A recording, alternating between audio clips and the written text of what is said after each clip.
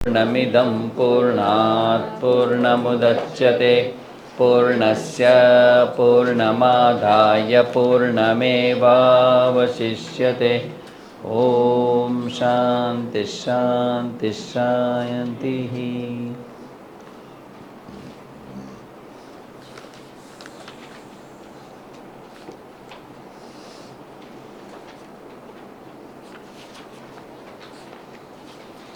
આપણે 8 મંત્ર જોયા ને?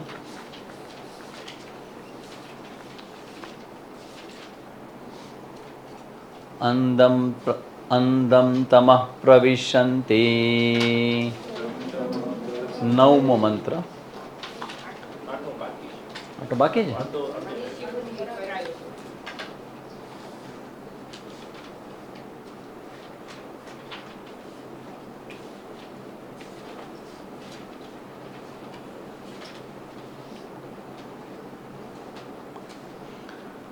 સપર્યગાત શુક્રમ અકાયમ અવ્રણમ અસ્નાવિરઘુમ શુદ્ધમ અપાપવિદ્ધમ કવિર્મનિષી પરિભૂઃ સ્વયંભૂઃ યાથા તથ્યતોર્થાન વ્યદધાત શાશ્વતીભ્યઃ સમાભ્યઃ અંધમ તમઃ પ્રવિશન્તિ યે વિદ્યામુપાસતે તતો ભૂય ઈવતે તમોય ઉવિદ્યયા ગુમ્રતાઃ.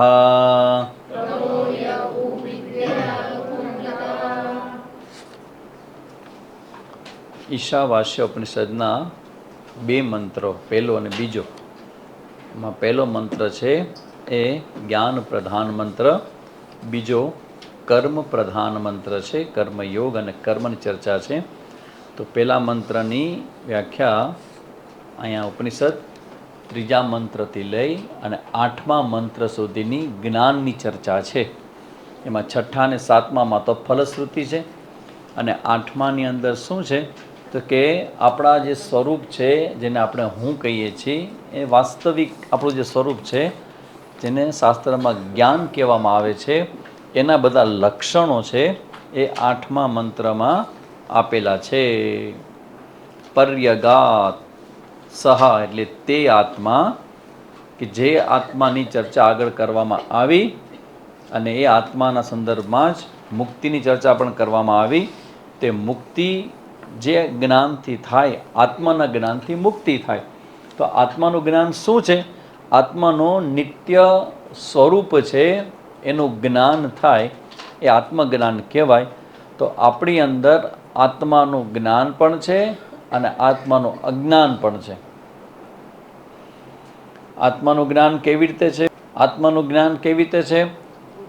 હું છું, હું છું, એમાં કોઈ ડાઉટ નથી. એટલે હોવાપણાનું સહજ જ્ઞાન આપણે બધાને છે, બરાબર? એટલે આપણા હોવાપણાના જ્ઞાનથી આપણા કોઈ પ્રશ્નને કોઈ લેવા દેવા નથી. હું છું એનું જ્ઞાન મને સહજ છે, પણ હું શું છું એમાં મારું કન્ફ્યુઝન છે. આખી અવિદ્યા છે એ આત્માનું અજ્ઞાન નામ અવિદ્યા. તો આત્માનું અજ્ઞાન એટલે હોવાપણું જ્ઞાન એવું નહીં, પણ આત્માનું જે વાસ્તવિક સ્વરૂપ છે એ ખબર ન હોય. તો એ ખબર ન હોય તો શું થાય? વાસ્તવિક સ્વરૂપનું જ્ઞાન ન હોય તો શું થાય? ઉલટું. That is called mistake. હું જે નથી, સમગ્ર આપણા અસ્તિત્વનો જે કંઈ પ્રોબ્લેમ આપણે ફીલ કરીએ છીએ ને, એ હોવાપણાનો નથી, એ જાણવાપણાનો, જ્ઞાનનો છે. અને શ્રુતિ શું કરે છે? અહીંયા શ્રુતિમાં આપણને જ્ઞાન આપે છે કે તમારે તમારા આત્માને, તમારા હુંને કેવી રીતે જોવો જોઈએ. તો કે આવી રીતે, આટલા લક્ષણો તમારા છે. તમારા લક્ષણોથી તમે ઓળખાવ. બરાબર? તો તમારા જે લક્ષણો છે એ અને તમે જે તમારી જાતને માનો છો તે એ બંનેને કમ્પેર કર્યા કરો. તમને ખબર પડશે કે તમે જે માનો છો એ બરાબર નથી. શ્રુતિમાં જે કહે છે તમારા વિશે એ સાચું છે. તો જે સાચું હોય એને એક્સપોઝર કરવાનો હોય, એને પાકો કરવાનો હોય, એના પ્રત્યે આપણે મનન કરવાનું હોય, એનું જ નિર્દેશન કરવાનું હોય. તો ખોટું છે એ રિમૂવ કરવા માટે બધું જ કરવું પડશે. શ્રવણ કરીને પહેલાં જ્ઞાન પ્રાપ્ત કરવું પડે. અને શ્રવણ માત્ર ઇનફ થતું નથી બધા માટે, લગભગ માટે. કોક એવો અધિકારી જીવ હોય, તૈયાર હોય, ઘણા જન્મોનું ભેગું કરીને આવ્યો હોય તો શ્રવણ કરીને થાય હાલતો. આપણા લોકો શું તકલીફ છે? શ્રવણ કરીએ તો આપણામાં શું ચેન્જ આવે છે? હે શું થાય? શ્રવણ અંતકરણ સુધી ન થાય. આપણે શ્રવણ કરીએ તો એના શું ફેરફાર થાય છે આપણામાં?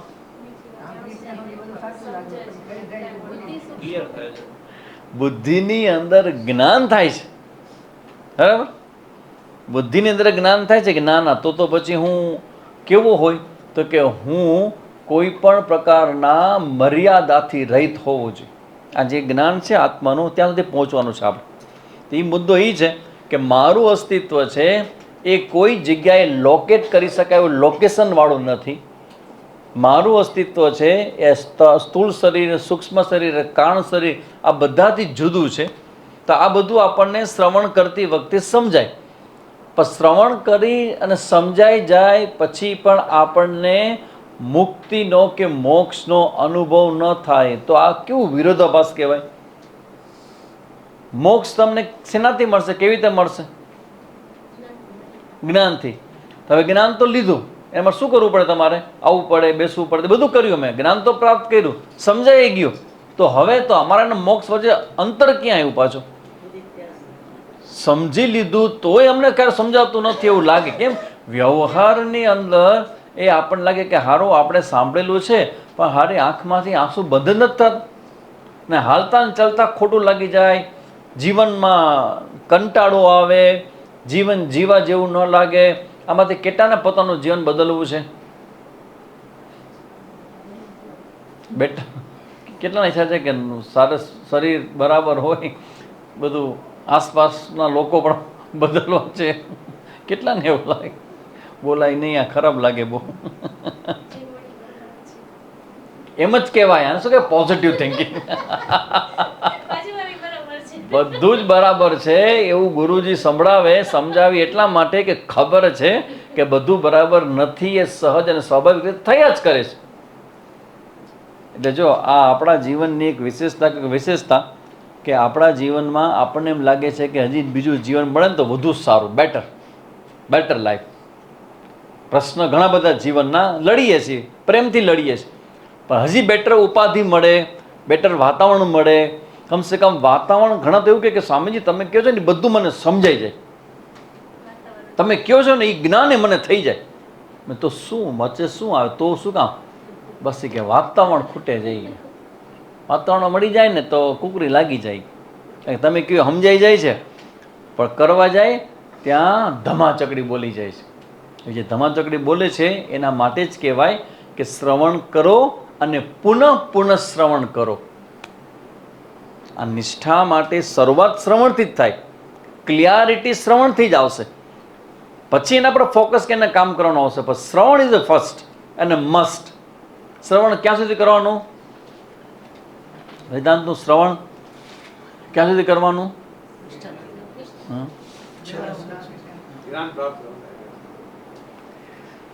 આસુપ્તે વા આમૃતે કાલમ નયત વેદાંત ચિંતયા.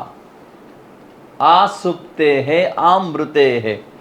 તમે સૂઈને ઉઠો એટલે ઉઠો, પછી સૂવો નહીં ત્યાં સુધી, અને જ્યાં સુધી તમારા શ્વાસ ચાલે છે ત્યાં સુધી વેદાંત ચિંતયા.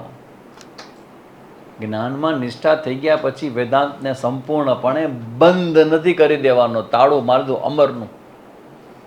હવે ક્યાં તો હવે હું વર્લ્ડ ટૂરમાં હું નીકળ્યો છું. કેમ? વેદાંતનું કામ પૂરું થઈ ગયું આપણું, એક પ્રોજેક્ટ પૂરો થઈ ગયો. હવે બસ હવે શું કરું, પ્લાન છે કે વર્લ્ડ ટૂરમાં નીકળું. પૈસા પડ્યા છે અને પછી પૈસા ભેગા કર્યા છે તો હવે હું જાઉં ને પછી છોકરાઓ કેમ યુઝ કરે, બેટર છે કે હું જ યુઝ કરી લો. કેમ કરશો? વર્લ્ડ ટૂરમાં નીકળશો. એના માટે પેકેજ ટૂર આવે છે. જો માણસો એટલે યુઝ કરે પૈસા કે ભેગા થઈ ગયા, હવે વાપરવા ક્યાં? વાપરવા માટે તમે કેટલું ખાશો મને કહો તો? તમે ગાડી લેશો તો ગાડી કેટલી લેશો? તમે જે વસાવો તો એ એરિયો બંધ. આપણે કેમેરો લીધો હતો નહીં, કેમેરો બરાબર નહોતો, તો હવે કેમેરો આવી ગયો તો આ પૂરું થઈ ગયું ને એરિયા. That's all. આનો ઉપર આવી ગયું પછી શું? ના, એના ઉપર ન હોય. આપણી કેપેસિટી, આપણે કાંઈ ફિલ્મ શૂટિંગ તો કરવાનું નથી. ઈચ એન્ડ એવરીબડી તમે ગાડી લે તો ગાડીની તમારી લિમિટ હોય કે બસ આટલી ગાડી લેવાની, પછી શું લેવાનું તમે? ધારો કે તમે બંગલો બનાવો, બંગલો બને રૂમ કેટલા બનાવશો એમાં? અત્યારે તો 2 BHK છે, સામે 4 તો હોવા જોઈએ, 4 BHK. અચ્છા, 4 BHK રૂમ બંગલો બને રહેશો કેટલા રૂમમાં તમે? તમારો રૂમ કેટલો? તો બાકીનો રૂમ સાફ સફાઈ શું કામ રાખો? મહેમાનો હવે એની સેવા કોણ કરવાની? તમારે કરવાની. આ આપણું થિંકિંગમાં જો લેગીનેસ, આને કહેવાય ને કે બહુ ક્લિયર થિંકિંગ નથી. આપણે કરીએ છીએ પણ જો વિચારીએ ને ખબર પડે કે કેટલું બધું આપણું થિંકિંગ એ વિચારવા જેવું છે કે આ કેમ થાય. જીવનની અંદર આપણે આ બધું જ કરીએ છીએ પણ કર્યા પછી આપણા મનમાં એવું ન થાય કે વેદાંતમાં ચિંતન શરૂ કર્યું એટલે પછી વેદાંત ચિંતન પૂરું થઈ જાય. ક્યારેય ન થાય. કેમ? ક્યારેય ન થાય. શું કામ ન થાય? કેમ કે વેદાંતનું ચિંતન એ અરીસામાં જોવા જેવું છે. તમારી જાતને અરીસામાં જુઓ તો તમને કેટલી વાર કંટાળો આવે. કઈ સાલમાં પ્રકાશભાઈ શરૂ કર્યું આપણા જ્ઞાન યજ્ઞ? 2006માં. 5માં હું આવ્યો હતો પણ 2006થી વધારે ફોકસ શરૂ કર્યું ભુજ ઉપર. 2006થી ગણીએ આટલા વર્ષમાં કેટલા ક્લાસ થયા હશે? 6 થી 24 કેટલા વર્ષ થયા? 18. એક વર્ષમાં કેટલા રવિવાર આવે? 52. 550. એવરેજ 30 યરમાં. એક વર્ષમાં 30 રવિવાર ગણો તો 500 રવિવાર થઈ ગયા. કેટલા? તમારે કેટલા થયા ભાઈ? તમારું ડબલ ડિજિટમાં પહોંચી ગયો હશે, ટ્રબલમાં નહીં. 6 વર્ષ થયું.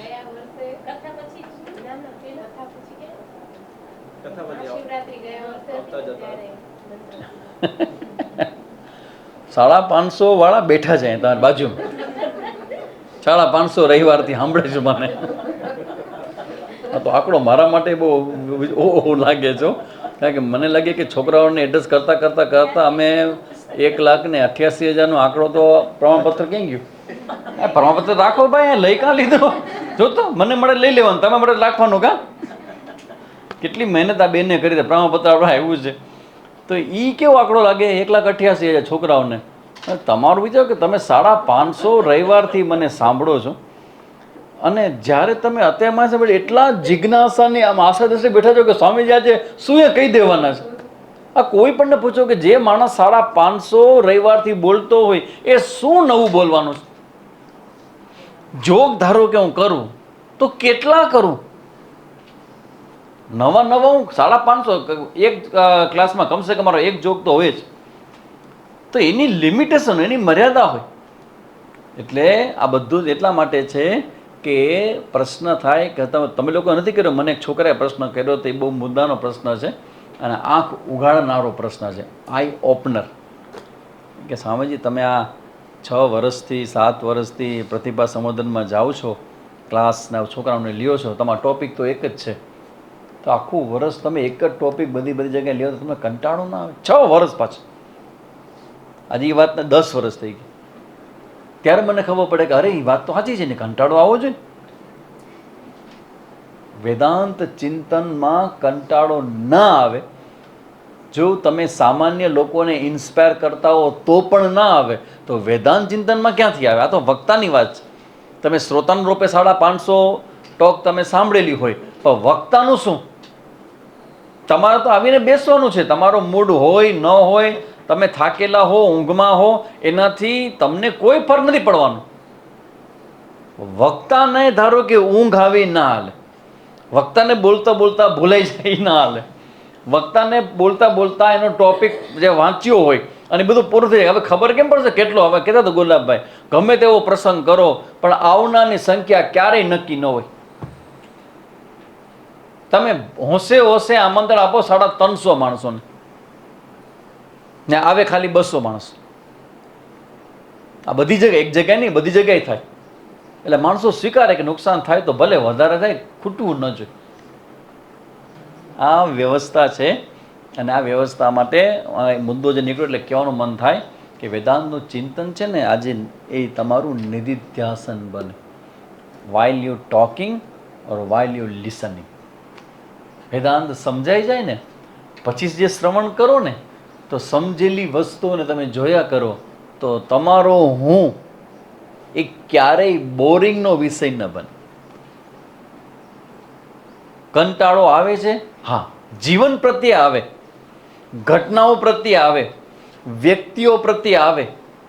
તમારી જાત, તમે તમારી જાતને શરીર માનતા હો, સ્થૂળ શરીર માનતા હો, સૂક્ષ્મ માનતા હો, તો કંટાળો આવે કે મનના ઠેકાણા જ નથી. તો આ જીવનની અંદર આ જે આપણે વિચારીએ છીએ વેદાંત, એ જીવનભરનું આ આપણી પ્રોસેસ કે પ્રક્રિયા છે.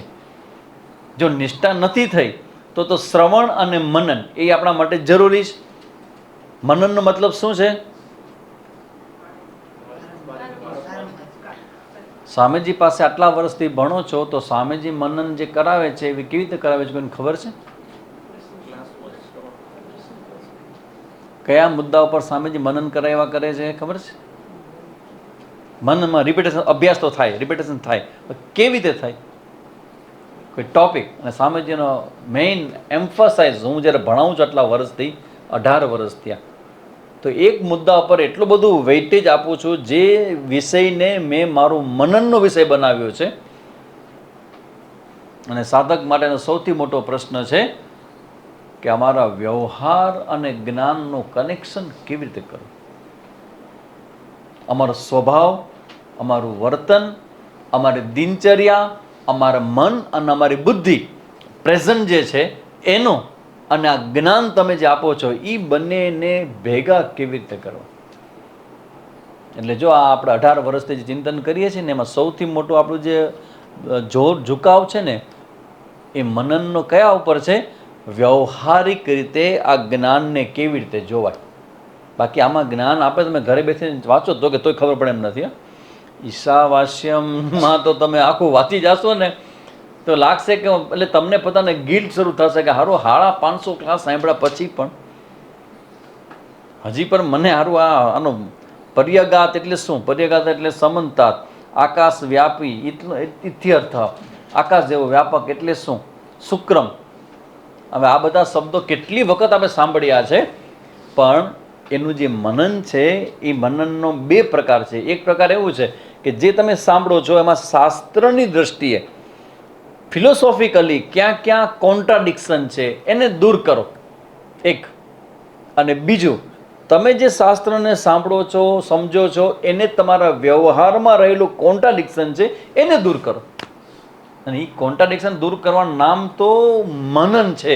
હજી નિધિધ્યાસન તો આવ્યું જ નથી મેદાનમાં. આજે તમે સાંભળો શુક્રમ, અકાયમ, અવ્રણમ, અનાસ્વરમ, આ જે બધા લક્ષણો જે છે એ લક્ષણોનું કરવાનું શું છે? આ એક એક લક્ષણ ઉપર આપણે નિધિધ્યાસન કરવાનું છે.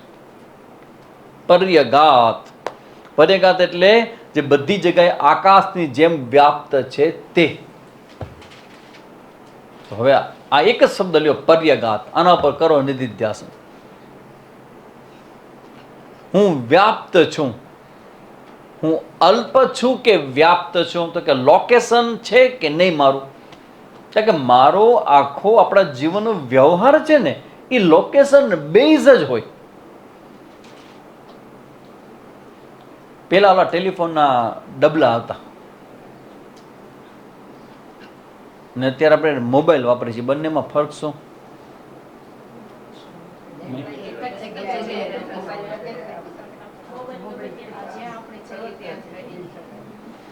પેલા જે ફોન ડબલામાં, એમાં જ્યારે ફોન લગાવો ને, હાલો, કેટલા નહીં હલો બોલતા ના આવડે, હાલો મૂકી દે, મૂડ ઓફ કરના આવો હલો બોલે, હલો, એવું મીઠું બોલે કો, હલો હલો.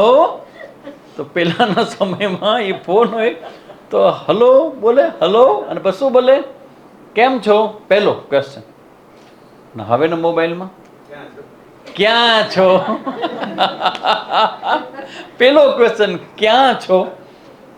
ક્યાં છો એટલે હું બરાબર જગ્યાએ છું, તું કે ને તું ક્યાં છો, તો કે એ બધી મૂકો, મને ના પૂછી વાત મૂકો, કે હવે આપણે ટોપિક ઉપર આવીએ. કહી શકાય નથી ક્યાં છું, લોકેશન ક્યાં છો, ક્યાં હતો, ક્યાં છો, ક્યાં જવાનો છો. આ બધા જે સ્ટેટમેન્ટ છે એ સ્ટેટમેન્ટમાં આપણું લોકેશન છે, એ ફોકસ છે, લોકેશન. હું એક જગ્યાએ છું. શ્રુતિ શું કહે છે, પર્યગાત, સર્વવ્યાપી. અચ્છા, સર્વવ્યાપી હોય એ જર્ની કરી શકે. જા મનનનો વિષય થઈ ગયો આખો. હવે આખો મનનનો વિષય થઈ ગયો. જે સર્વવ્યાપી હોય એ યાત્રા કરી શકે? ના, જરૂર નથી. એ તો મનના લેવલની વાત છે. હું સૈદ્ધાંતિક પૂછું છું. જરૂર નથી. મન છે, મન પામી ગયું એ તત્વને, તને જરૂર નથી. પણ આ સ્વરૂપથી ફિલોસોફિકલ આન્સર આપો કે જે સર્વવ્યાપક હોય એ યાત્રા કરી શકે. ઇવન કરવા માંગે તો પણ બધી જ જગ્યાએ યાત્રા કઈ જ કરે. હવે મારે જવાનું કેટલી જગ્યાએ બાકી, સામે જે મારે પાસે કેટલી જગ્યાએ બાકી જવાનું, ક્યાં ક્યાં,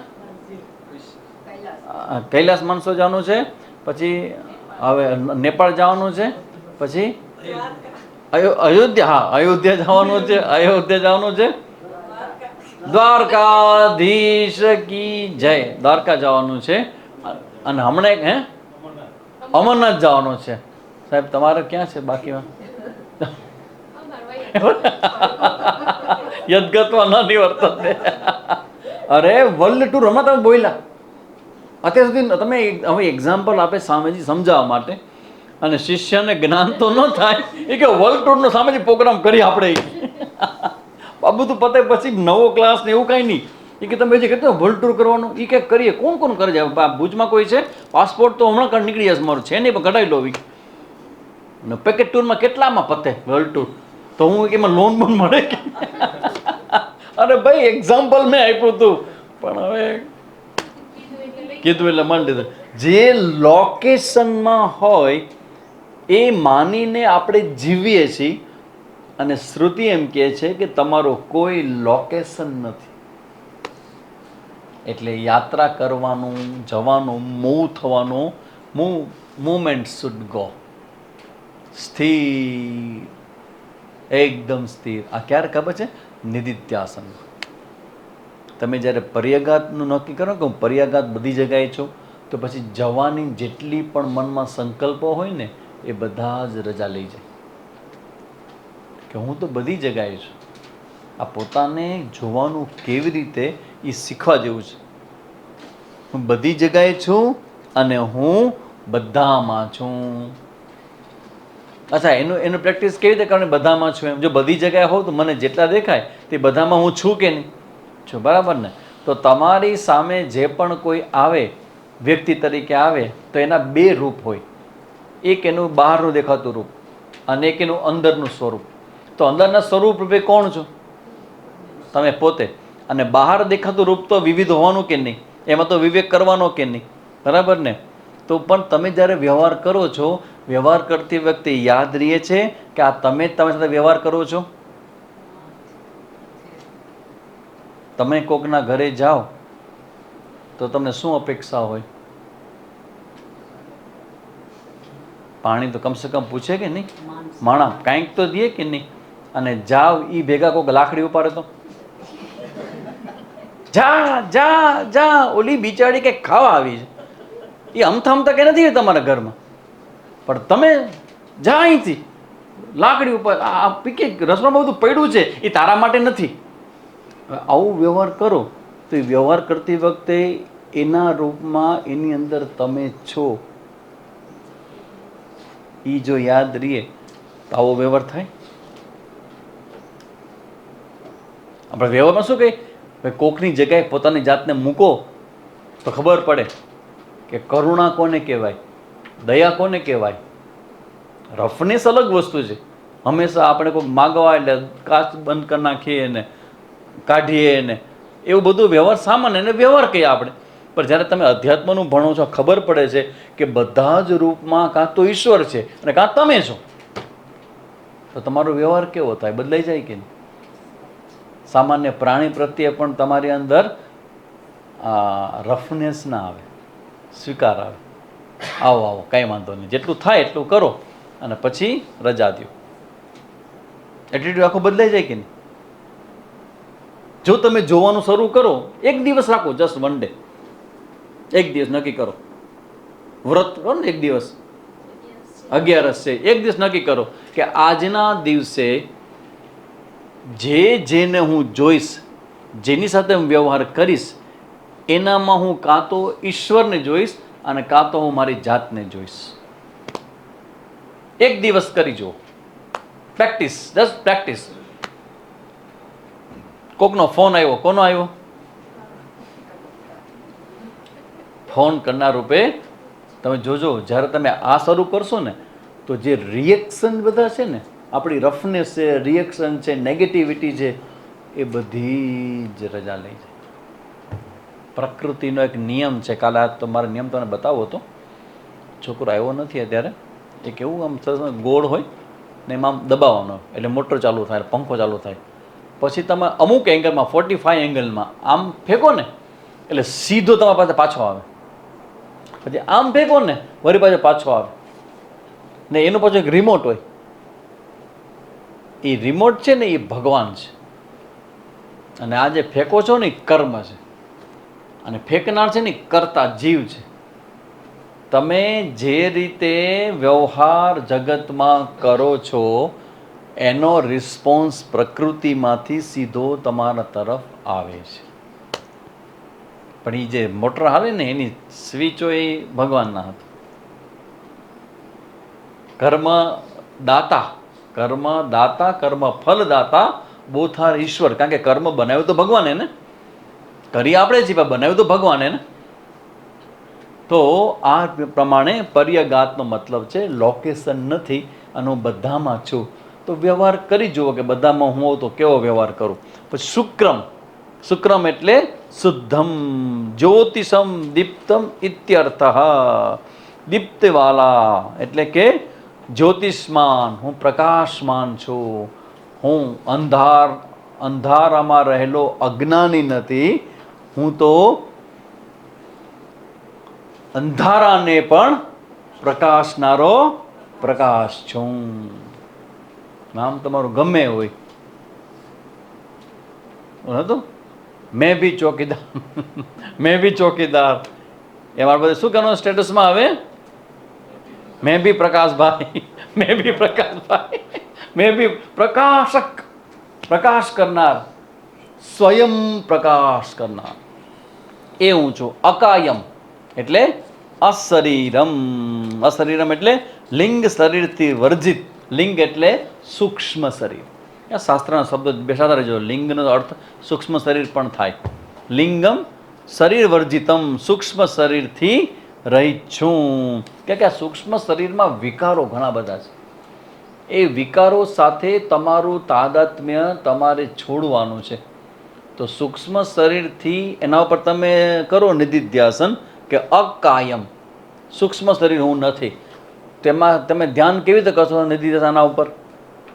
પહેલાં 3 સ્ટેજ તો તમારા તૈયારી માટેના છે.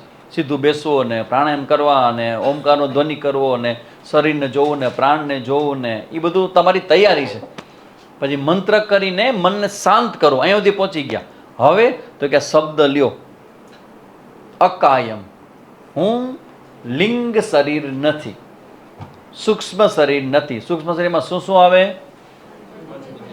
મન, બુદ્ધિ, ચિત્ત અને અહંકાર. 5 કર્મેન્દ્રિય, 5 પ્રાણેન્દ્રિય, જ્ઞાનેન્દ્રિય, કર્મેન્દ્રિય અને 5 પ્રાણ. 15 ને 4 19. આ 19 તત્વોનું બનેલું જે શરીર છે એ હું નથી. તો આ તમારા પર્ટિક્યુલર શરીરમાં જે સૂક્ષ્મ શરીર છે એ છે તો ખરા, પણ હું નથી. એટલે કે તમારું મન તો છે, પણ એ મન તમે નથી. કરો ધ્યાન. તમારા મનમાં પ્રોબ્લેમ શું શું છે? સામેજી પ્રોબ્લેમ સિવાય કાંઈ જ નથી, ખાલી પ્રોબ્લેમ જ ભર્યા જ બધા. શરૂ કરો દે તો કે આ તમારે નોટ ને પેન ને બધું ખૂટશે. શું શું પ્રોબ્લેમ છે મનની અંદર? હે? રાગ દ્વેષ, આળસ, ભય, ચિંતા, પ્રમાદ, ક્રોધ, ચંચલતા, મૂડ ઓફ થઈ જાય. કેટલી વાર થાય છે? મૂડ કેટલી વાર ઓફ થાય દિવસમાં? ઓન જ ક્યારેક ક્યારેક થાય, ઓફ જ પડ્યો છે. આ બધા કોના લક્ષણો છે? મનના. ઉઠતા આવે તો આજે મને મજા જ નથી આવતી. આ નાસ્તામાં એવા ઠેકાણા વગરનો કર્યો તો આજે કે મીઠું ન નાખ્યું, મીઠું આટલું હોય, મીઠું ખબર પડતી કેટલું મીઠું નખાય કેટલું ન ખાય. આટલા વર્ષથી બનાવે છે પણ એ ખ્યાલ મીઠું કેટલું હોય. સવારે નાસ્તો કરવા ગયા ને મૂડ ગયો તમારો. કારણ ઘણી વાર કેવી અપેક્ષા કે ઓહો આજ તો કેવો નાસ્તો મળશે, અને પછી નાસ્તો મળે મૂડ ચાલ્યો જાય. જમવાનું મળે અને ક્યારેક મૂડ બને ને ક્યારેક મૂડ ચાલ્યો. આ કોનું કામ છે? મૂડનું. તો વ્યવહારમાં એની સાથેના તાદાત્મ્યને કારણે આપણે શું માનીએ છીએ? આજે માને મજા નથી આવતી. કોણ મજા નથી આવતી? મનની. જોઈ લો સૂક્ષ્મ શરીરની. તો તમે પાકું કરો નિધિધ્યાસનમાં કે સૂક્ષ્મ શરીર હું નથી. તો ઘણા કહે ને કે તારો આ જ વાંધો છે. હા મારા આને આના સિવાય ઘણા વાંધા છે. બોલ તારે કેવું શું છે? બોલી કે ના કે તારો મને એમ કે આ નહીં, તને ખબર નથી કેટલા મારા પરાક્રમ છે. ભેગો રેત ખબર પડે કે રાતના સુતા પછી કેટલી આમ કીક લગાવું છું, શું અહીંથી ઉઠું આથી છું, અને જે મારો કે રાતના જે મારું ચાલુ થાય અમારી રેલગાડી એમાં કોઈ પણ લીલી કે લાલ ઝંડી બતાવે ન બતાવે જાય ભેગી કે ઘર પર ઘર. 3 રૂમ પછીના રૂમ બારડા દરવાજા બંધ કરે તોય અવાજ આવે. શું સમજો શું છે મને કે આ પ્રોબ્લેમ આઈ હેવ. અને મને ગમે ત્યારે મારો મગજ જાય, ગમે ત્યારે જાય, કાંઈ કારણ વગર જશે. ખબર તમને? તમે આટલું કરશો ને હું આટલું રિએક્ટ કરીશ. ખબર તમને? આ બધા કોના પ્રોબ્લેમ છે? મનના. તો આમાંથી જે લાગુ પડતો હોય એ ટોપી પહેરી લેવી તમારે કે સાચી વાત છે, તો આપણામાં છે. ન પહેરીને પહેરી જ લેવી કે સાચી વાત છે, આપણામાં છે. ઘણી વાર તમને ખબર નહીં હોય ને બાજુ જોતો નહીં તમારામાં હશે. ગણ્યા જ કરો ટોપી, પણ એક જ જવાબ આપીશ કે બધી ટોપી એ તમારી નથી, તમારી નથી. કેટલી રાત થઈ કે વાહ રે વાહ સ્વામીજી, એક તો આ બધા જ દુર્ગુણ માળા છે, એક પણ મારો નહીં. નો, એક પણ નહીં તમારો. તો ધ્યાન કરો તો મૂડમાં આવી જાવ કે નહીં. હાટ હાસ મને હતું આ કેદી સાફ થશે. કોણ કાચશે ને? હે? કોણ કાચશે ને કોણ ભરશે? કોણ કાચશે ને કોણ? નિધિ ધ્યાસનમાં રૂપ બાળવાનું જ હોય. હું ગમે તો તમને કહું પણ તમારે નિધિ ધ્યાસનમાં કહી દેવાનું કે સ્વામીજી ગમે એટલું કે આપણા વિષય કે મને ખબર છે કે મને ટોન્ટ મારે જાય કે, પણ નિધિ ધ્યાસનમાં કાંઈ વિચારો ને કે આ બધું છે મારું. ભલે હું બરાબર સાચી વાત છે, સ્વામીજીની હોઈ શકે, સ્વામીજી સાચા પણ ક્યારેક ક્યારેક હોઈ શકે, પણ નિધિ ધ્યાસન વખતે નહીં હો. એ વખતે તો સ્વામીજી નહીં ને શાસ્ત્ર કોઈ નહીં. નિધ્યાસનમાં તો એકમાત્ર સત્ય છે કે હું આ નથી. કારણ કે સ્વામીજીને પોતાના ઘણા પ્રશ્ન હશે, એ આપણાથી ને ઘણા ઘણા થયા હશે. એ બિચારા ક્યાં ભડાસ કાઢે? ક્લાસમાં કાઢે, જ્યાં તમે બોલી જ ન શકો, કરી જ ન શકો. એટલે એનું સ્ટ્રેસ મેનેજમેન્ટ હોઈ શકે સ્વામીજીનું. પણ આપણે માથે ન લેવું હોય કે આપણી બાજુમાં બેઠી છે ને એ જ છે કે એને જ કહીએ સ્વામીજી આમ જ માનવું કે આમ શું કે પોઝિટિવ થિંકિંગ. સ્વામીજી ગમે તેટલું કે બાજુમાં જ જો કે હે બરાબર સ્વામીજી, હજી તમે 7 કીધા ને 3 મને બીજા ખબર, તમને ખબર નહીં, લખીને આપી ચીઠીમાં નામ વગર કે એનામાં આ પ્રોબ્લેમ છે બોલજો.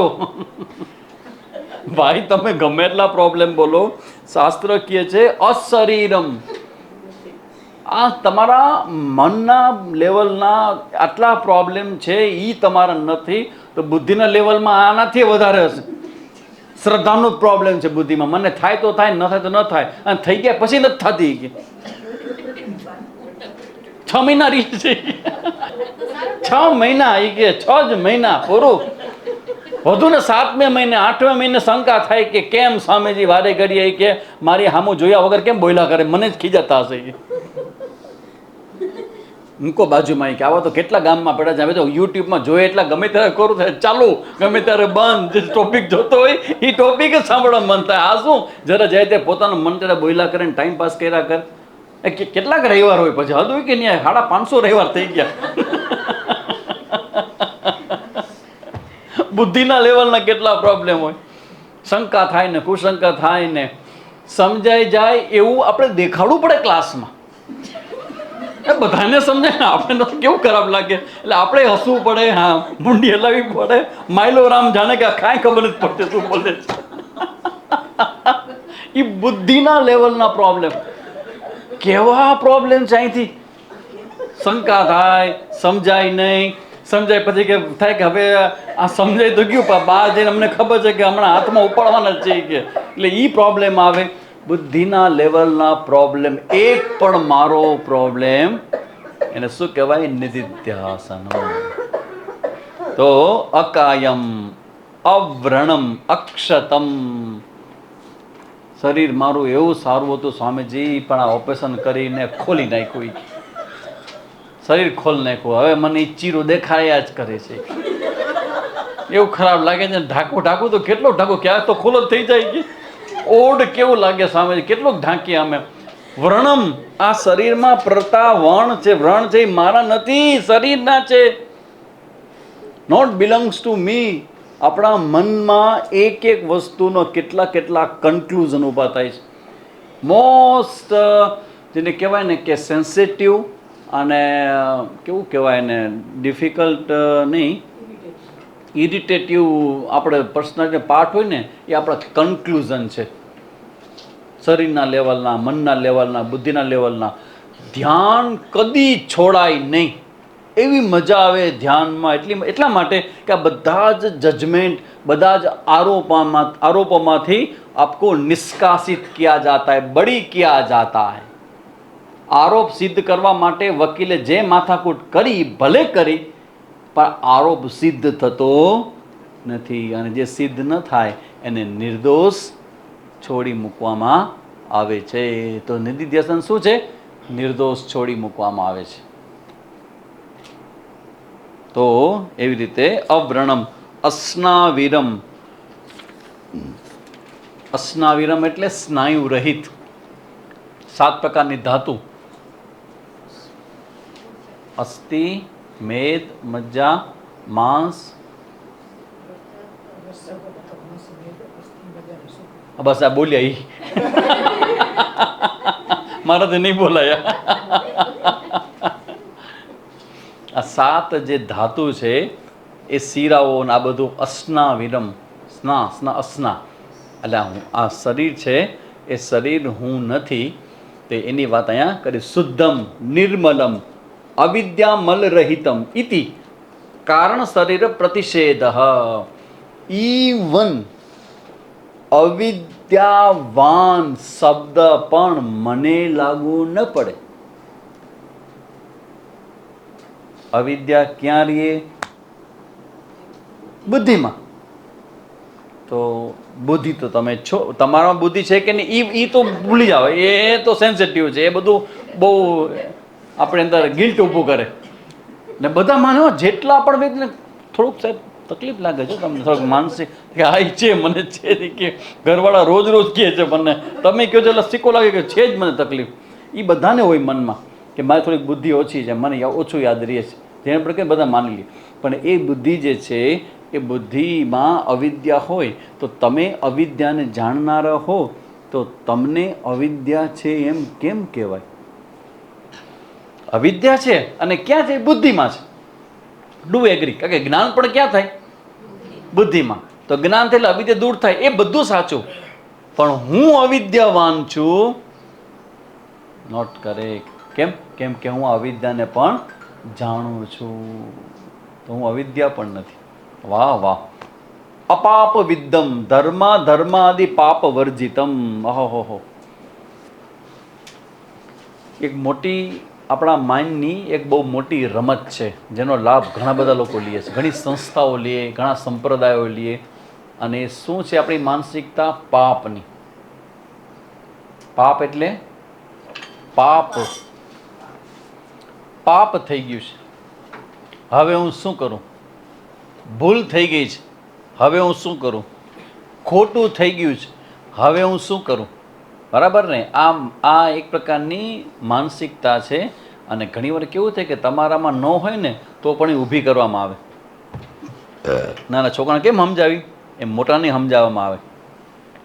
તમને બધાને ભેગા કરીને સમજાવે કે તમે બધા પાપ બહુ કર્યા છે. હમણાં પૂછો, કોઈએ કર્યા છે કે નહીં? બધા છે કે હા સ્વામીજી થયા. નહીં ખબર હોય તોય થયા હશે. આ પાપની માનસિકતામાંથી આખો સંપ્રદાય ચાલે. આવો અમારી પાસે. કેમ? કેમ કે તમે પાપ બહુ કર્યા છે. આ કર્યા છે ને, તો પાપ શુદ્ધ કેમ થશો? પાપ એટલે ભૂલ. ભૂલ કરી છે તો સજા મળે કે નહીં? તો ડર લાગે કે નહીં સજાથી? કર્મ કરते હોય ડર ન લાગે, સજાનો ડર લાગે. તો એમાંથી મુક્ત કેમ થશો? આવો અમારી પાસે. તો પાપની વાત છે. આ શ્રુતિ શું કહે છે? પાપમાંથી શુદ્ધ થવાનું નથી. ઓલરેડી તમારું અસ્તિત્વ પાપથી અનટચડ છે. જિંદગીમાં ગમે તેવું કર્મ કર્યું હોય, કોઈ જન્મમાં કરેલો હોય, પણ તમે સ્વભાવથી પરિશુદ્ધ છો. કેમ? કેમ કે પાપનો વિકાર જે આવે ક્યાં આવે? મનમાં આવે, ઇન્દ્રિયોમાં આવે. ઇન્દ્રિયો વ્યવહાર કરે, મનમાં વિકાર આવે. પણ ઇન્દ્રિય અને મન એ તો તમે છો નહીં. પાપમાંથી શુદ્ધ થવાનું નથી, પાપમાંથી બચવાનું નથી, પણ તમે પાપથી જેટલા પાપ થયા એનાથી રહિત છો. અપાપમ. તો આ સિદ્ધાંત છે આપણો. અને આ કોના માટે છે? સામાન્ય વ્યક્તિ માટે નથી. જે લોકો ધર્મને માર્ગે ચાલતા ચાલતા ચાલતા આ જગ્યાએ પહોંચેલા છે, એને સમજાવવામાં આવે કે હવે તમારા મનમાંથી આ મેં કંઈ પાપ કર્યું, મેં કંઈ ખોટું કર્યું, મને જે ગિલ્ટ થાય એને તમારે હવે છોડી દેવું. કોઈ કન્સલ્ટ તમારો બેઝિક તમારું જે સ્વરૂપ છે એ નિષ્પાપ છે. કબીર મનીષી. આ ચર્ચા આપણે જોયું તો લાસ્ટ ટાઈમ. મનીષી. મનીષી એટલે મનશ ઈશિતા, સર્વજ્ઞ ઈશ્વર ઇત્યર્થ. કેવી સુંદર વ્યાખ્યા ભગવાન ભાષ્યકાર કરે છે. મનીષી એટલે કે મન કા ઈશન કરને વાલા, મનનું નિયંત્રણ કરવા વાળો. એ કોણ છે? સર્વજ્ઞ ઈશ્વર. મનનું નિયંત્રણ ભગવાન ક્યાં રૂપે કરે છે?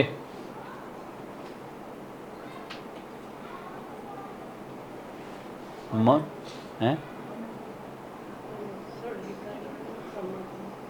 કોઈક છે સ્પેશિયલ ભગવાનનું નામ? હિરણ્ય ગર્ભ. હિરણ્ય ગર્ભ સૂક્ષ્મ શરીરના અધિષ્ઠાતૃ દેવતા હિરણ્ય ગર્ભ. હિરણ્ય ગર્ભ એટલે ઈશ્વર. મનીષી એટલે ઈશ્વર. આ સૂક્ષ્મ જગતનું મેનેજમેન્ટ કરનારા હિરણ્ય ગર્ભ રૂપે પણ તમે જ છો. મનીષી. મનનું નિયંત્રણ. મન જેમાંથી શક્તિ મેળવે છે એ તત્વ તમે છો, ઈશ્વર તમે છો. પરિભૂ. પરિભૂ એટલે સર્વત્ર, બધી જગાએ. સર્વેશામ પરિઉપરી ભવતી ઇતિ પરિભૂ. સ્વયંભૂ. સ્વયંભૂ એટલે સ્વયંભૂનો મતલબ શું થાય? હવે જ્યારે નિધિધ્યાસન કરો ત્યારે સ્વયંભૂ શબ્દથી શું વિચારવાનું?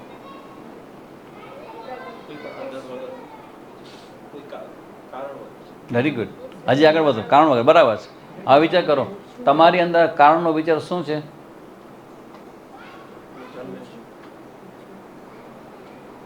કારણ વગર. કામે જનની કૌમે તાત ઇતિ પરિભાવય સર્વમ સારમ ભજ ગોવિંદમ ગોવિંદમ ભજ મૂઢમતે. ન ફાધર ન મધર. કારણ કે આપણે કોકના સંતાન છીએ અને ફાધર મધરને આપણે બહુ ભગવાનની જેમ ભજીએ છીએ. એ ધર્મ પુરુષાર્થ છે. પણ જ્યારે અહીંયા મોક્ષ પુરુષાર્થમાં એન્ટ્રી કરો ને ત્યાં કોઈ સંબંધ નથી. મોક્ષ પુરુષાર્થ એક બધા આત્મા છે. તો રિલેશનમાં મારા માતા પિતામાંથી હું આવ્યો છું એટલે મારું કોઈ કારણ છે એ વિચારને ડ્રોપ કરો. ન ફાધર ન મધર, ન તમારા ન તમે કોઈના. ફાધર મધરની ભૂમિકાથી મુક્ત. કેમ કે તમે સ્વયંભૂ.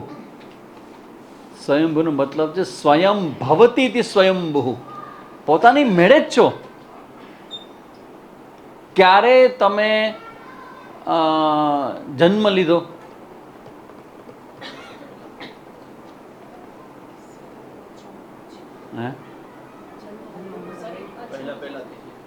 ક્યારે જન્મ લીધો એ પ્રશ્ન અમારા માટે ખોટો છે. ક્યારે જન્મ લીધો એ ખોટો છે. જેમ કે બધું સમયમાં છે, પણ સમય ક્યારે શરૂ થયો? ના પણ ટ્રાય જો તો ખરા, ક્યાંક તો શરૂ થયો છે ને. ઈ નો સાયન્સનો કોઈ ફેકલ્ટી ક્યાં હોય કોઈ સાયન્સવાળા? What is time? Time is movement. P1 this called time.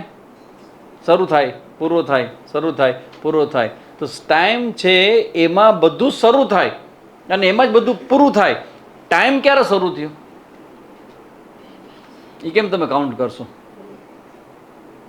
એટલે એવી જ રીતે આપણે પૂછીએ કે આ સ્વયંભૂનો મતલબ એવો છે કે મારો જન્મ થયો એ વાત કોઈ સંજોગોમાં સત્ય નથી. જન્મ થતા પહેલા હું નહોતો, હવે મેં જન્મ લીધો અને જન્મ પછી હું નહીં હોઉં. કેટલું બધું આ ત્રણ મારા કન્ક્લુઝન છે એ સ્વયંભૂમાં રજા લઈ જાય. સ્વયંભૂ, ન મારો માતા ન પિતા ન મારું કોઈ કારણ, કારણ કે હું મારી પોતાની રીતે જ છું. સ્વયંભૂ, મારી પોતાની મેળે, સ્વયં, કોઈ ઉપર આધારિત નહીં. નિષ્કારણ, મારું કોઈ કારણ નથી, એવો હું છું. તો આ રીતે इस नित्य मुक्त ईश्वर ने सर्वज्ञ होने के कारण स्वयंभू है, जिनके ऊपर है और जो ऊपर है वह सब स्वयं ही है, इसलिए स्वयंभू है. ओह, स्वयमेव भवति येषाम उपरि भवति यश्च उपरि भवति स सर्व स्वयमेव भवति इति स्वयंभू. જે ઉપરી છે એકદમ સૂક્ષ્મમાં સૂક્ષ્મ છે, જેની ઉપર કાંઈ જ નથી, એ હું છું. તો બીજામાંથી હું આવ્યો નથી. વેર યુ કેમ ફ્રોમ, તમે ક્યાંથી જન્મ લીધો? માતા પિતામાંથી? ખોટું. શરીર તમારું આવે પણ તમારું અસ્તિત્વ છે એનું કારણ શું? એ શેમાંથી આવ્યું? શરીર આવે તમારું એ માની શકે, શરીરના માતા પિતા હોય બરાબર, પણ તમારું જે હું છું છે એ શેમાંથી આવે? એનો જન્મ ક્યાંથી ન થાય? એ પહેલેથી છે, પહેલાં હતું, અત્યારે છે ને પછી પણ રહેશે. તને કહેવાય સ્વયંભૂ.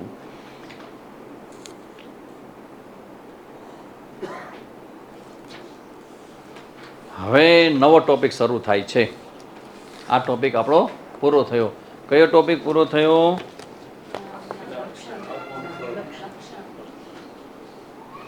કયો ટોપિક પૂરો થયો?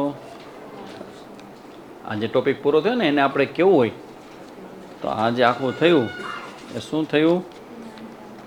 ઈશાવાસ્યમિદગુમ સર્વમ યત્કિંચ જગત્યામ જગત તેન ત્યક્તેન ભંજિતાઃ મા ગૃધઃ કસ્ય સ્વિદ્ધનમ. ઇતિ પૂર્ણમ.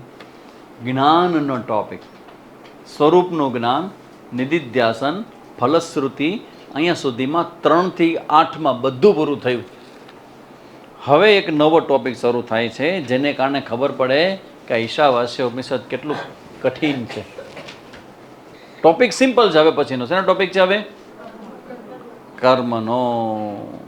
અચ્છા, કર્મનો ટોપિક છે. તો હવે જે ટોપિક છે એ મંત્ર 9, 10 અને 11, 3 મંત્રમાં એક ટોપિકની ચર્ચા છે. અને એ જે ટોપિક છે જેનું નામ છે કર્મ. બરાબર? હવે જોજો, હવે જે ટોપિક શરૂ થાય છે ને એ ટોપિકમાં આ ઈશાવાસ્ય ઉપનિષદ જે શબ્દનો પ્રયોગ કરે છે એ બધા કેવા છે? એ શબ્દનો વ્યવહારિક અર્થ હોય એના કરતાં કંઈક સંપૂર્ણ જુદો અર્થ કહેતા હોય.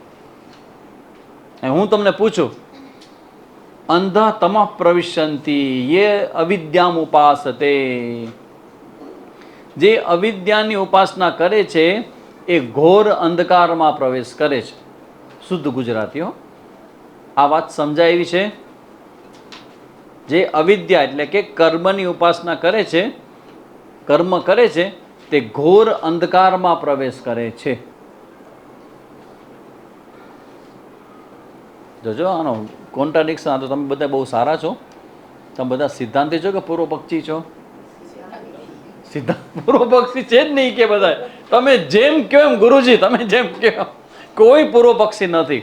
આનું પૂર્વ પક્ષ કર્મ, અવિદ્યા કર્મ જે કરો એનાથી ઘોર અંધકારમાં પ્રવેશ કરવામાં આવે. અચ્છા ગુરુજી, તમે આજે આની પહેલાં ઈશાવાસ્ય ઉપનિષદનો જે બીજો મંત્ર કીધો એ જરા રિપીટ કરો તો. બીજો મંત્ર શું કહે છે? જો તો બીજો મંત્ર શું કહે છે? હે ના ના, બીજો મંત્ર બોલો તો. કુર્વન્નેવેહ કર્માણિ જીજી વિશે સતગુમ સમાહ એમ તય નાન્યથે તોસ્તિ. શું? ન કર્મ લભ્યતે નરે. અહીંયા શું કહે છે? અંધમ તમઃ પ્રવિશન્તિ યે કર્મમ ઉપાસતે. કર્મ કરો એટલે ઘોર અંધકારમાં તમે જાઓ. અને આગળ શું કહી ગયા? ન કર્મ લિપ્યતે નરે. અને 100 વર્ષ સુધી જીવવાની ઈચ્છા રાખો અને કર્મ કરો. અચ્છા, ઓહો. હવે એનાથી આગળ કન્ફ્યુઝન વધતું જશે. એનાથી આગળ તતો ભૂય એવતે તમો યઉ વિદ્યા ગુમરતઃ. અને જે વિદ્યામાં રત હોય એ તો એનાથી અધિક અંધકારમાં પ્રવેશે છે. સમજાણું? અરે સેલું ગુજરાતી ભાષામાં કહું છું. જે કર્મમાં રત થાય એ અંધકારમાં વિલીન થાય, અને જે વિદ્યામાં રત હોય એ તો એનાથી વધારે અંધકારમાં વિલીન હોય. બોલો. એટલે ખબર પડે વોટ ઇઝ ટીચિંગ. આ વેદાંત છે ને, એટલે મેં કીધું ને કે ભગવાનને પ્રાર્થના કરવી કે ભગવાન શરીર છૂટે એ પહેલાં વેદાંતમાં જેટલું ભણવા મળે એટલું ભણી લેવું છે અમારે. કેમ? તમારી પાસે કિંમતીમાં કિંમતી શું છે? સમય. સમયનું ડિવિઝન કરવામાં જેટલો એક મેં મારા મનમાં રાખ્યું છે, હજી પણ છે, અને એક જગ્યાએ પ્રગટ થઈ ગયું. અંદરના વિચારો ક્યારેક અચાનક પ્રગટ થઈ જાય. માંડવીની અંદર શંકર દાદા એક વાડીમાં એક મહાત્મા થઈ ગયા. એ કચ્છી જ જાણ, હવે નથી રે, છૂટી ગયો. શિવરામ ભગત કચ્છી જ બોલે ખાલી. તો અહીંયા અમે બધા ભેગા હતા ને, તમે લોકો હતા, અને ત્યાં અમે ગયા અને પછી બેઠા અને પછી એ બધી વાતો થઈને હવે હું ગુજરાત બોલી, કચ્છી બોલે. પછી મને પાણી માટે લઈ ગયા, પાણી પાયું અને ઓમાં ડંકીમાં પોતે કાઢીને મને કે તમારે પછી બોલતા હાલતા મને કંઈક શું મારો રસ પડે. મને કે તમારે શું જોઈએ છે? એટલે મેં કીધું બસ મારે ભગવાનની ભક્તિ કરવી છે. તો કે હવે શું, હવે આખી જિંદગી તમે આપી દીધી, તમે આખો દી આ કામ કરો, હવે શું તમે ભક્તિ કરો છો? એટલે મેં કીધું કે હજી નથી થતી બરાબર, હજી વધારે કરવી છે. બહુ ક્લિયર. આજથી મનમાં સંકલ્પ આ વિચાર રાખજો, તમે જેટલો સમય આને આપો છો ને એ બહુ જ ઓછો છે, બહુ જ ઓછો છે. ને તમારા કામ કેટલા આ જન્મમાં પૂરું કરવાનું છે ઇન ધીસ લાઈફ. નેક્સ્ટ લાઈફમાં બાકીનું અધૂરો કામો નેક્સ્ટ લાઈફમાં કરું, ક્યાં ભરોસા હે નેક્સ્ટ લાઈફ કા. એ જિંદગી કા તો તમને ખબર છે, નેક્સ્ટ લાઈફની મને ખબર છે. નેક્સ્ટ લાઈફમાં ગમે ત્યાં જાઓ ને આ તો તમારું મન છે ક્યાંક લાગી ગયું કોક સાથે, પાછી નવી ઘોડી ઈ નહીં, ઝીંચક ઝીંચક ઝીંચક ઝીંચક. કારણ કે તમે આટલા વર્ષ કર્યા પછી પણ આ જન્મમાં તો શીખ્યા તો નહીં જ ને. આ કે તમારો પેલો જન્મ થોડો છે. અહીંયા ભૂલ કરી ગયા, પાછી આવીને ભૂલ કરશો. બેટર છે આ લાઈફની અંદર આ આખું હોમવર્ક છે એ પૂરું કરવાનું છે.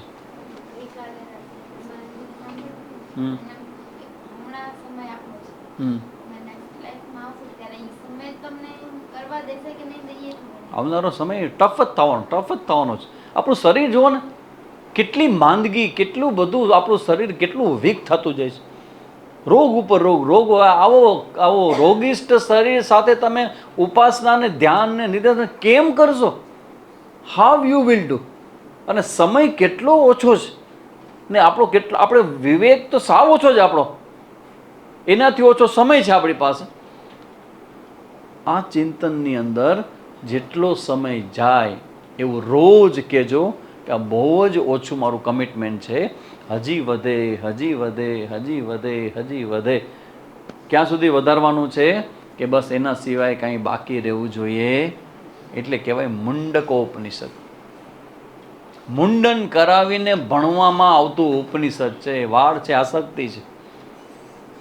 મેદાન સાફ, ન બજેગા બાસ. તેલ ને શેમ્પુ ને બધું ગયું, દાંતીઓ ને બધું ગયું, રજા લઈ ગયું. મેદાન સાફ અને ઉપર અગ્નિ પ્રગટાવો અને ગુરુજી પાસે જાઓ કે હવે મારા અંદરની અને બહારમાં એક જ અગ્નિ છે, ભણવું છે ભણવું છે ભણવું છે ને ભણવું છે. જેમ જેમ ભણતા જાય છે એમ એમ બુદ્ધિના આપણા ડાઉટ, આપણી શંકા, આપણું જેટલું બધું છે એ બધું દૂર થતું જાય છે. વધુ નિષ્ઠા આવતી જાય છે. નિષ્ઠા ભલે નિષ્ઠા જન્મમાં આવે કે કોઈ જન્મમાં આવે, પણ મારો પ્રયત્ન તો હું મારી પૂરી નિષ્ઠાથી કરીશ. થાવ ન થાવ અલગ વસ્તુ છે. સુબોધ મને કહ્યું કે આપ મહાત્માઓ, નહીં નહીં મેં પ્રયત્ન કરતા હું, પતા નહીં હું કે નહીં, ભગવાન કો માલુમ, મમમ કો માલુમ, પ્રયત્ન મેં કરતા હું. તો પ્રયત્ન કરવામાં આવે કે ને શું કરીએ છીએ? અબક. પણ અબક જોવો તો ખબર પડે કે અબક કેવું કર્યું છે. ને હજી એમ કહે છે કે અબક હજી ઓછું થયું છે. આને શું કહેવાય? ખોટું લગાડજો. આને શું કહેવાય? સિન્સિયારિટી, ગંભીરતા. પ્રાયોરિટીમાં ક્લિયર અને અંદરથી એટલા ગંભીર કે આજુબાજુ આડું અવળું બધું shut off, just straight go to the acharya and shastra. હવે આપણે જે સમજવાનું છે, આજે તો નહીં સમજીએ, આપણે આવતા રવિવારે સમજશું. પણ ટોપિક છે કર્મ અને ઉપાસના. હવે ટોપિક સરસ મજાનો છે અને એ છે 9, 10 અને 11. એમાં જે ચર્ચા છે એનો બ્રીફ આપી દઉં તમને. શ્રુતિ એમ કહે છે કે કર્મ કરવાથી તમે અંધારા કૂવામાં પડશો, ઉપાસના કરવાથી એનાથી વધારે ઊંડા અંધારામાં પડશો. પણ જો બંને સમુચ્ચય કરશો, કર્મ અને ઉપાસનાનો, તો તમારું હૃદય શુદ્ધ થશે, જ્ઞાન માટે અધિકારી બનશે, આચાર્ય જ્ઞાન આપશે અને પૂર્ણત્વનું જ્ઞાન તમને આ જન્મમાં જ થઈ જશે. નિંદા માટે નથી, નિંદા સ્તુતિ માટે છે. અહીંયા નિંદા કરે છે કર્મની, તો આગળ તો કહી ગયા ને, એ આવશે જો ભાઈ આવશે. પછી ઉપાસના, એની નિંદા કરે. પણ બંનેનો સમન્વય એટલે તમારો કર્મયોગ અને તમારી ઉપાસના, એ બંને જરૂરી છે. ઉપાસના મતલબ ધ્યાન, સાધના, મંત્ર જપ, દેવી દેવતાઓનો જે કરો કૃપા માટે, એને ઉપાસના કહેવાય. અને કર્મયોગ જે બહાર કરો છો તે, કર્મ કરો છો તે. તો કર્મ અને ઉપાસના બંનેનો સમુચ્ચયથી જ તમારું અંતઃકરણ છે એ સ્થિર થશે, શુદ્ધ થશે, જ્ઞાનને અનુકૂળ બનશે. જેની ચર્ચા 9, 10 અને 11માં છે, જે આપણે આવતા રવિવારથી નવા ટોપિકમાં, આપણે નવા એરામાં આપણે શરૂ કરશું. ॐ पूर्णमदः पूर्णमिदं पूर्णात् पूर्णमुदच्यते पूर्णस्य पूर्णमादाय पूर्णमेवावशिष्यते